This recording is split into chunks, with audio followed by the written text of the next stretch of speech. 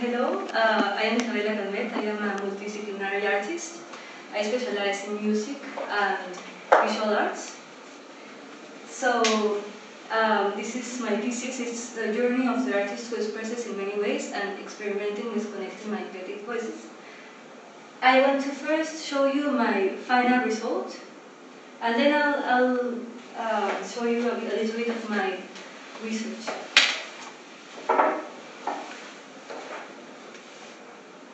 This is an animated movie called Nelumbo, in which I did both the animation, the art, and the music. And then there's a collaboration with dance, where I worked with a choreographer.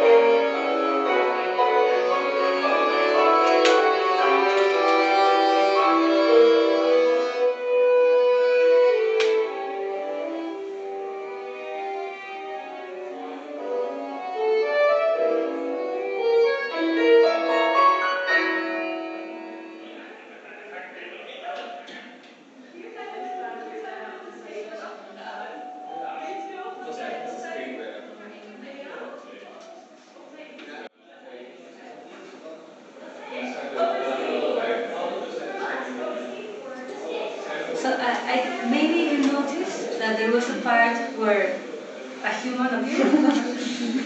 So I wanted to keep some shows of how it looked before it turned into animation. That was the dancer who made the choreography for the flower. And then the sketches that you saw, the images that didn't move, that's the storyboard.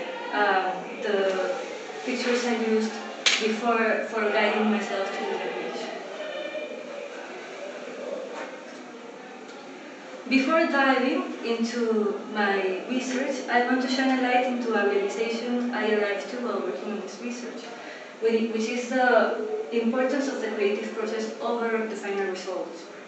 And that is, especially in times where the artificial intelligence allows people to reach to finalized art pieces, minimizing the process, the necessity of diving into another craft might be put into balance.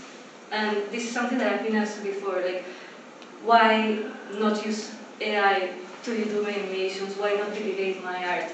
And the fact is that I am not a multidisciplinary artist because I want to make a beautiful, more attractive product. It is because I enjoy the artistic processes of each one. So for me, the richness lies not in the result, but in the process. Because even if the result is not satisfactory, I've picked up new tools, which are the ones that will make me a better artist. And this is my realization of my research. This is me being multidisciplinary. So, to understand how multidisciplinarity shapes my creative process, I made this project in which I connected these three creative crafts that I have, which are the music, this is a score for the grupo, visual art / animation, and storytelling. These are the documents in which I worked for the story, plus having a collaboration with dance. The methodology I used was autoethnography, which I kept a diary keeping track of my artistic practice, the analysis of documentaries and books of other artists and their processes, and some interviews that I did to multidisciplinary artists as well. Why? Since my early years, I've been dedicated to both music and visual arts, but it was in a very recreational way. It was in the university that I decided to choose music as my profession and art as my hobby. But then, when I did my first animation project, which is this one, Underwater, is a song with animation, I enjoyed so much the process that I decided that I wanted to dedicate to both. So then the question was how to consciously connect these arts. And what do I mean by connecting my creative voices? This is finding the common ground, the mutual overlapping points of the crafts. And I think this is very useful for multidisciplinary artists because if you understand the unique characteristics of your arts that will come out when you express, you can consciously use them when creating a project and give it unity. So, for example, here I have some characteristics that are very present in both my art and my music, even in my dance, because I like to dance as well. And also I noticed that I have tendency to use water elements, and this also influences the way I compose, being Impressionism my favorite period in both painting and music, because these characteristics can be very varied. It can be values, it can be images. So this is... Oh, before going to the next part, in the next part I'm going to talk about the outcomes that I arrived to while working my research and some exercises that came out of them. So the first one is ignorance is my ally. Because when being when wanting to become a multidisciplinary artist, time might seem like the enemy. Because you're like, there's no enough time to really become an expert on this craft. And the thing is that if you wait to become good, to start creating, then you won't create anything. Because you can, when you start a craft, you will make many mistakes in the basic rules. And this is natural and it's necessary, because then you will become better. So you have to start doing, to start creating. And actually this is something that really challenged me in these 3 years, because I wanted to really become an expert in both animation and drawing, in composition. So I took animation classes, I took drawing classes, and instead of feeling that I became better, I felt mediocre. I felt that it was too difficult to become good. I saw all the masters and I was like, no, I am not enough. I got blocked. So to get out of this, I had to return to playful creation and embrace imperfection and ignorance. Because if I ignored that I was bad, then I would just enjoy creating. This is actually the sketch of this animation. An interesting thing is that instead of making perfect shapes, I was just like making fluid lines, which made for me the animation better than when I really was really thinking about the body shape. So some exercises that I did to boost my playfulness was cleaning my brushes in a notebook, and then using the brush strokes to make drawings. These drawings are very intuitive, and they help me then when creating the lumbo. My hand was more fluid, my imagination was richer. This is in the music. I used voice recordings instead of, because I tried to work with harmony, and it is good to use theory, but in the moment of creation, for me, it is necessary to put theory in the wardrobe and then just create. So I would, for example, sing myself.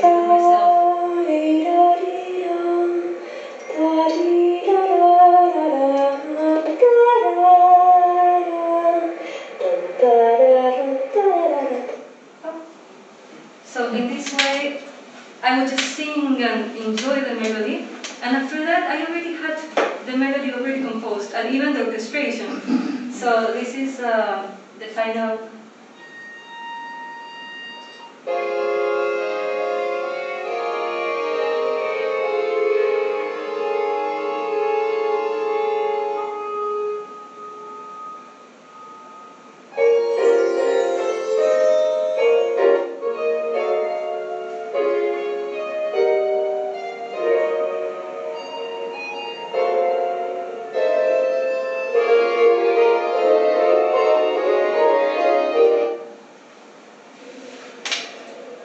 The second outcome is that observation is my teacher. Especially when you feel that you don't have enough time to get in a new class or read a book about a new craft. The world around us is our teacher. If you pay attention to the movement of the flowers, to the lighting of the buildings, you are learning things. It sounds romantic, but it really does work, because this is information that is getting plasmed in your brain. So when you make art, it will come out. To really work in my mindfulness, because I struggle with being present and focusing, I made some exercises. These are some examples. Yes, focusing how the light acts in the objects, feeling the temperature of the air, between others. Another exercise to boost my mindfulness was light sketching. I would bring a notebook wherever I went and sketch while looking at the object and not into the paper. So then I would be more conscious about the details and not really thinking about making it beautiful. Related to music, I would record sounds of my everyday life that I liked, and then put it in my computer and compose with them. For example, This is one that I did using rain sounds and water sounds.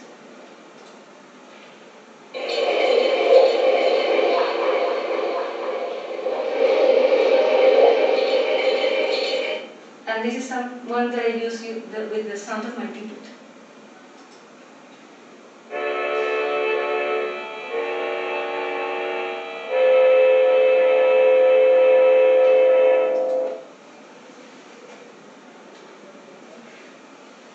When you pay attention to your surroundings, you build what I call multi-layered memories. And multi-layered memories for me are these memories that have information in your five senses, in image, in sound, in feeling. So, for example, in Nelumbo has a lot of rain. It has the element of rain throughout the whole piece.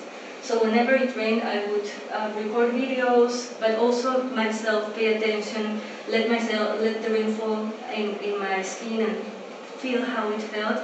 And this information was crucial to make the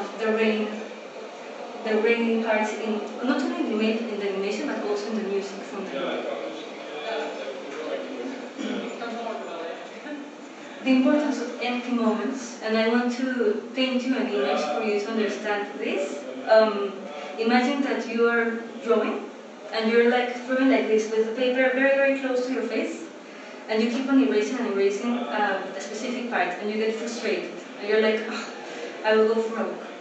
You leave your paper, and then you go for a walk, and then you see the children playing, the ducks splashing in the lake, and then you're like, ah, this is what was missing in my art. You go back to your room, and then first you see the painting with freshened eyes, and then you have the new tools that you unintentionally picked in your work.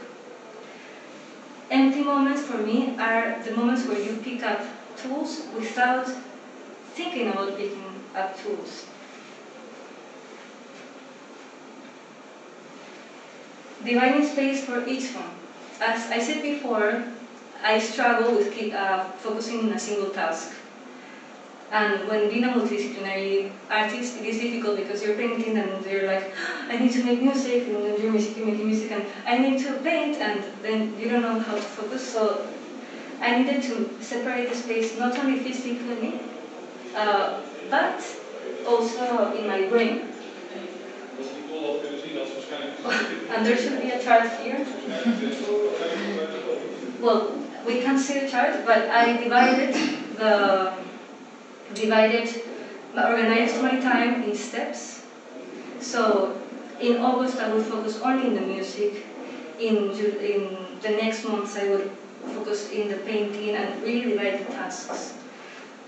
This worked for me because then I would really have okay, this is a painting moment, and I can make music, but not in a mindset that I need to create something new, just like recreationally, and I have my work is now painting, and that really worked for me.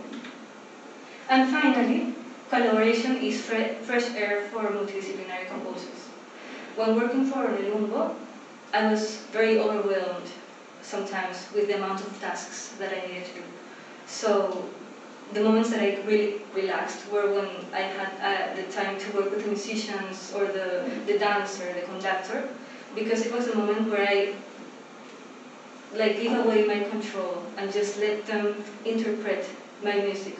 Of course, I always need to have a little bit of control over my project, and that is, I need to be very clear, never assume, give clear instructions to the people that are working with me, but then I have to give them space to make my vision come to life. I want to show you some videos. This is working with Alexander, creating the choreography, while looking at the storyboard and talking about the story. Be slow and gracious. If she looks into the camera, she looks into the audience. She has her leg high up, like me. And then she does maybe another stretch. And then she does the jumps. Like this. Mm-hmm. To go into the last jump, which then can be turned, and then she goes onto the floor. Maybe she enjoys And this is a video of the rehearsals with the musicians.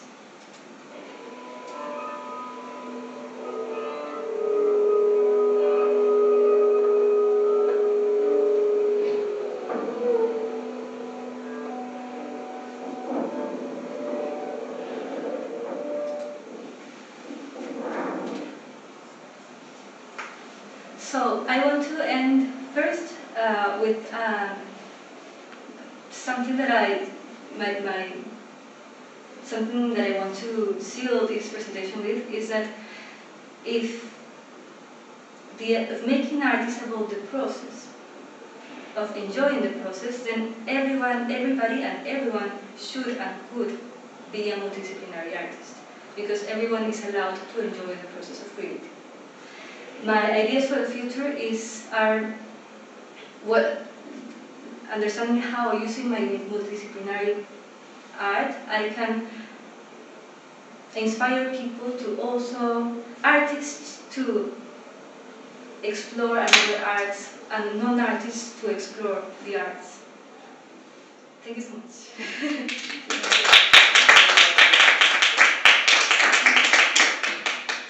I'm going to ask you to switch off.